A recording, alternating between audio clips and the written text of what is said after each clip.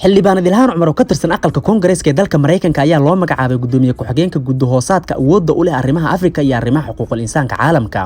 War ka soo baxay xafiiska xildhibaanad Ilhaan ayaa lagu sheegay in xilkan maalintii Khamiista ah looga dhawaaqay Washington. Magaca guddiga ayaa ah gudahoosaadka Afrika, caafimaadka adduunka, xuquuqda aadanaha iyo ururada caalamiga ah. Doorkeeda cusub Ilhaan waxay sheegtay inay si gaar ah u danaynayso inay kormeerto arrimaha gargaarka caalamiga ah iyo siyaasadda dibadda ee Afrika.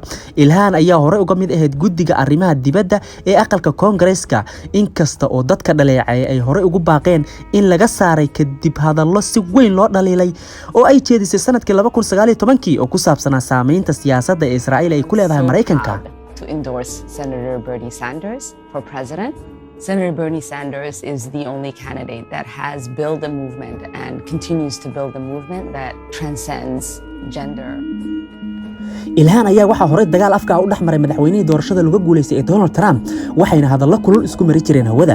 Mar ayuu sheegay Ilhaan inay tahay qof musuqmaasuq badan isla markaana warbixinteeda uu la socday muddo 2 sano ah. Ilhaan Cumar oo Mareykanka tagtay iyadoo yar oo qaxooti ah kana tagtay Soomaaliya sanadku markuu ah 1995 waa xildhibaanad matasha gobolka Minnesota oo magaalada Minneapolis ay ka mid tahay. Kahor inta aan xilkan loo magacaabin Ilhaan Cumar ayay samaysay dadaallo ku aadan bini'aadamnimada kuwaas oo ka mid ahaayeen xilli ay hogaamisay xildhibaano ka tirsan aqalka wakiilada Mareykanka warqad u qoray waaxda amniga gudaha iyagoo ka dalbaday in baaritaan lagu sameeyo dhacdo ku saabsan dad muslimiin oo xabsiga dhexdiisa lagu siiyay hilibka doofaarka.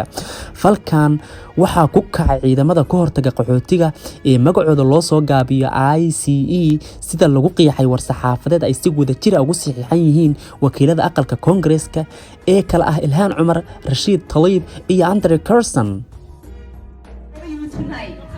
As your Congresswoman-elect, with many firsts behind my name.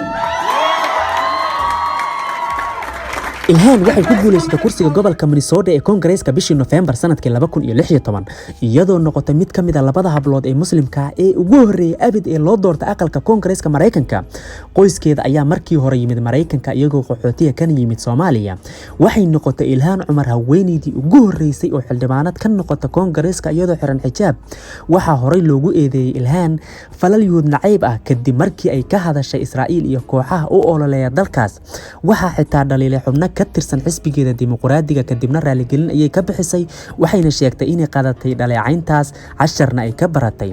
Ilhaan ayaa sidoo kale ka hadashay falalka islaam nacaybka ah ee lagula kaca muslimiinta xilli ay ka falcelinaysay hadal uu qoray xubin ka tirsan xisbiga Jamhuuriga isagoo ku dhajiyay sawir muujinaya daaraha Twin Towers oo gubanaya. Booliska ayaa ku xiray nin 55 sano jir ah gobolka New York kadib markii lagu eedeeyay inuu xafiiska Ilhaan Cumar ku dhajiyay sawir loogu handadayo dil kaasoo uu ku sheegay inay tahay Ilhaan argagixiso. Waad ku mahadsan tahay daawashada muuqaalka. Fadlan waxaan kaa codsanayaa haddii uu ku cajabiyay inaad videoga like dhahday si uu bulsho badan u gaaro. Sidoo kale haddii aad nagu cusub tahay inaad nagu soo biirtid waxay noo tahay dhiirigelin iyo tartar cusub. Waad ku mahadsan tahay la joogaaga.